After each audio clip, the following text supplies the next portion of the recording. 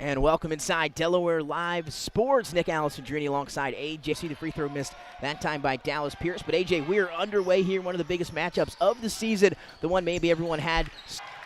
Yeah, right there off a turnoff. Just look at the intensity that these young ladies are playing with. I mean, this is the game of the year right here. Number 1 versus number 2. This little crowd here at Sanford School as well, playing on the right court.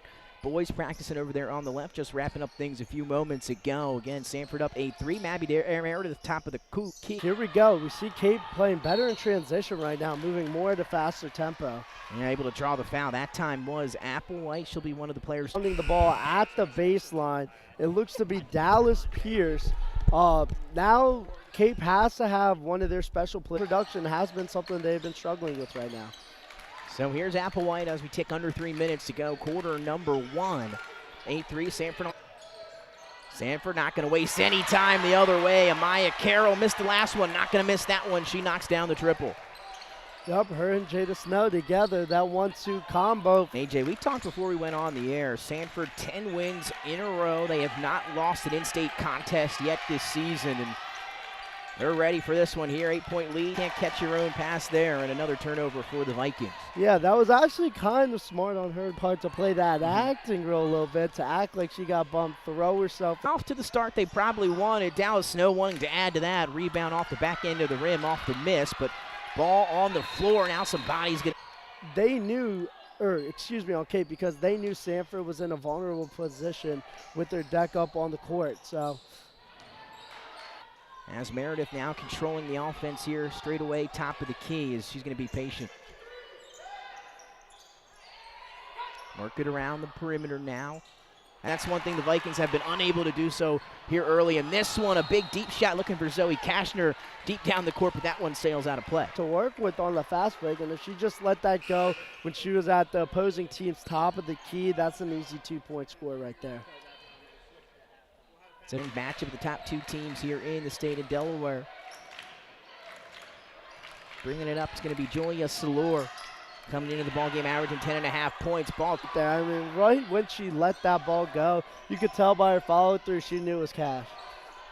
11-6, deficit now down to 5 for Cape Henlopen, 45. And here we've seen this a few times out of Sanford here early. Coach Marcus Thompson not going to rush anything here with the first quarter. That's right, if they wanted to. Again, most of us here are in favor of adding the shot clock, but we do understand. Tries to get it into the corner. Good hands by Cape. Ball's on the floor. Stolen by Jayana Lee. She'll have to get it up at the buzzer. Take a quick break. We come back. Second quarter action here live from the Sanford Sports Center.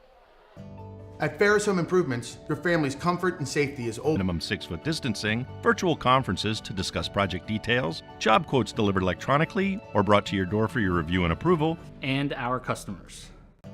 At Ferris Home Improvements, your family's comfort and safety is always our top priority. If you follow minimum 6-foot distancing, virtual conferences to discuss project details, job quotes delivered electronically or brought to your door for your review and approval, and our customers.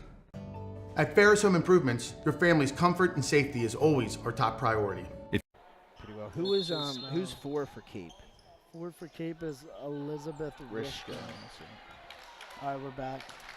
And welcome to go underneath. Going to stop on that pivot foot. Let the defender go by. Misses the shot. Second chance opportunity, though, here for the Vikings. Mahoney's. I mean, because even though she didn't make it, even though she's been struggling thus far, I mean, those are the shots that she usually feels comfortable taking. And all you have to do is stick to your identity, right? Snow, and what a start for the freshman here tonight. Another turnover for the Vikings. Of mistakes had to be the talk of the huddle for both of these teams right now. I mean, we've seen multiple turnovers, enough to sustain a whole. Now here, top of the key. She get it over to Dallas Pierce. Pierce trying to feed Castro down low. Gianna Lee doing a good job of defending that entry. In this patience that we saw earlier out of Sanford. They won't rush a possession, that's for sure. That is for sure. And coach is livid down there at the bench. Same spot, different result as that one off the mark for Pierce. Now they'll feed inside out game. I mean, it seemed like one leg was still up in the air when contact was made. I don't know. Obviously, we don't make the rules around here, but I definitely don't agree with that. Quarter. Sanford on top by 7. Salor around the screen as they'll work it into the corner. Onto the baseline, up and in. His head just a little bit too strong off the glass. He got hit. on her way up for 2, so she'll get 2 free throws at the line here with the clock stopped at 6:17. That all of them look gassed, and you know, as we were talking about in the game, is this supporting cast is very more fatigued in some way. Well, now they're going to have to do it without Mahoney. Kilgo, unlike her, to miss 2 free throws. She misses 2 that time. Mahoney to the bench, though.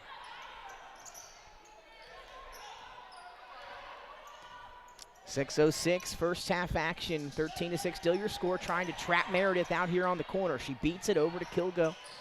I trust the ball in Kilgo's hands right now. I mean, she seems to be the one who observes the defense the best from what we have seen so far. And Zai Kilgo, maybe one of the fastest players with the ball in her hands. You know, you see some shades of Lauren Park back in the day for Sanford when they won a state title just a few years ago. Sanford now set to inbound after the tie-up. It'll stay down here with the Warriors. Amaya Carroll will do the honors, but that pass is intercepted by Micaiah. About offensive production, but on the other side, she has been biting balls, especially up at that wing for Kate. On cue, almost able to hit back, but now here come the Vikings. Pull-up jumper is up and in. There's Julia Salur. She's got her first points of the evening. For Julia Salur, lead now to 5, 13-8, under 5 to play, first half action. Carroll comes off to get the shot off as quick as possible because she heard the footsteps coming, at least mentally. Now some subs here for the Warriors. Maya Carroll going to come off, have a word with coach. Back in, they'll kick it to the corner, work it around now. Applewhite up top to Mahoney, still looking for a bucket. Adam Morgan, and now a tie up here. With the jump balls too, and they're hard. Once you're driving down the baseline, the ball's moving at a fast pace. And they're very solid defensively. I'm and a half. Good defense from Kashner on cue up ahead to Meredith. 2-on-2 would have been a tight pass. Kilgo, though, able to receive it. And now she'll reset up top. Dallas Pierce wants 3 off the mark. Not forcing the issue. And both of these teams can work inside and outside. So just play to what's open on the court. And we saw Sanford getting a close 13-8 and another turnover. We've seen our fair share of them from both teams, but another one specifically for the Vikings there. Applewhite a little too aggressive on that hop step. Yeah, fast in here as we're halfway through the second already. 13-8, still in favor of Sanford. That is true. I believe we have 2 visits to the line thus far. There's the broadcaster, chance to extend this lead past 5 here at the stripe. Finally, I think both teams. South Meredith knocks down the first free throw. Now some more subs again. Kelly Bragg back into the game here. Rishko will get a breather with a nice little lead. Kate been able to narrow the gap, but Sanford now still back up 7. 3:48 to go. A rhythm quick on that last one, and we'll see if she can keep it going. Yeah, I would just keep feeding her if I was Cape. I mean, she's the only one on your team right now that's that consistent, and man, she's doing it in unconventional spots. Now it's going to be a jumper for Snow. It's long. Rebound, though, into the hands of Edwards. Reset 3 this time long for Meredith as she was able to find her way out. See how Cape, because I got a feeling they're going to try to go inside here. Then once they go inside, just dish it right back out because they're probably going to force Cape to take those exterior shots. And if they can't make it, then they're going to have a long second half, which is approaching in less than 3 minutes. Absolutely, and they're going to have to also figure out a way to limit these turnovers here in the first half. Another one, turnovers here up at Sanford School, but they're piling up for both teams and specifically the Vikings here in the first half. In the corner.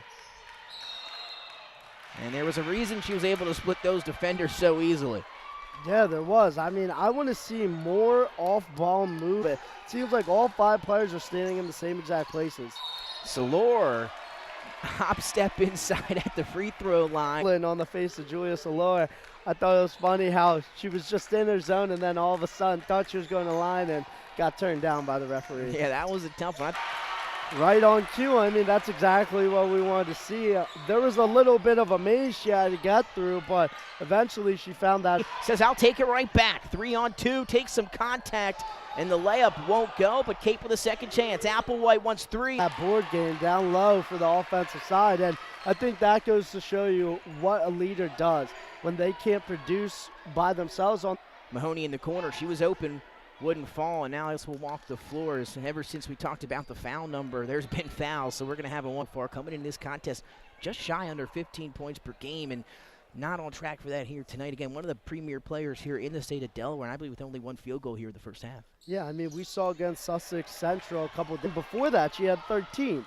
So this is just aggressive production we're used to seeing, and right now it's just not going down for her. 7, a lot of ball game left as that inbound was thrown right into the hands of Kilgo. One-on-one for her, a little hesitation, then she'll pass it off.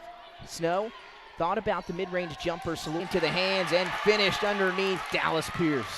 Yeah, that was a great look by Kilgore. You take that shot every day of the week. I mean, it honestly looked good from the angle we were sitting at up here. I'm surprised that didn't go down. 9-point lead, AJ, 19. Started with the Pierce poke away. Now here comes Amaya Carroll, and that's a double dribble. Yeah, my goodness, if Cape's going to want to stay standpoint with all these turnovers and lackluster performance, you're going to have to get to the line, and on top of that, you're going to have to execute. Get into a rhythm at all. Applewhite, jab step inside. This time the foul's going to go against Meredith and Sanford, and Meredith a little shaken up after. Yeah, bringing back the point that we were talking about before with how much these teams score. We're looking at 57 points, how much production they have. I mean, they've beaten teams on multiple occasions this year by scoring more points in one quarter than the other team has all year. That shot up and in. 1 of 2 from the line for Applewhite. That cuts the lead to 8, and if we know Sanford, which we might think we do, 30 seconds to go. That's going to be the final shot if it was up to us to guess. But look at this. No one on either team right now is moving. Marcus, they're going to wait to run it. Let's see when they decide to get into the offense. 0.6 officially left here in half number 1, a 19-11 lead in favor of the home team, and that's the top team in the state, number 1, Sanford. I thought Coach Thompson saw exactly what we did. That's why I called that timeout. On the board, and see if the Warriors can execute it. As you mentioned, 11.5 seconds to play with here for Sanford, and again for both teams, kind of the theme there in half number 1, but as we talked about almost ad nauseum here, a lot of it coming from Cape Henlopen. That's right, and they still go. Cape did a good job of erasing that lead to only 8 points after it was 10. Trap for Pierce. She wanted to call play, and either way, it was going to be a double dribble. She kind of didn't know what to do, so she put it back on the floor. Yeah, I mean, the double dribble was backcourt, almost stepping out of bounds. I mean, and there's Castro going to block that shot as the buzz. 2-11. We're going to take a break. When we come back, we'll get you some first half stats and ready for the second half here from the Sanford School. We'll be right back on Delaware Live. Beach, Delaware, come check us out. Located in the Rehoboth Gateway next to Blue Coast Rehoboth. Thompson Island will follow the sea. Enjoy happy hour with friends at the bar or spend a day in the beer garden playing bocce ball and ping pong. Thompson Island Brewing Company in Rehoboth Beach, Hotel Rehoboth. Lupo serves coastal Italian cuisine with fresh pasta made in-house daily. Lupo features plenty of unique craft cocktails and an extensive award-winning all-Italian wine list. Serving happy hour daily and dinner 7 days a week. See you soon. Welcome to Premier Physical Therapy and Sports Performance. We're a locally owned outpatient physical therapy practice with convenient locations. Enthusiasm is what makes the difference for you. Find our convenient locations at premierptsp.com. You may have tried physical therapy, But have you tried Premier? How you doing? My name's Mike Cassidy. I'm the founder and president of Cassidy Painting. I started back in 19. Someone called me to do a job, I always said yes. Whether it was a struggle, whether it was 7 days a week, sun up to sundown, it didn't matter. Close to 80 individuals. We really enjoy being, we've really become a family with them. We really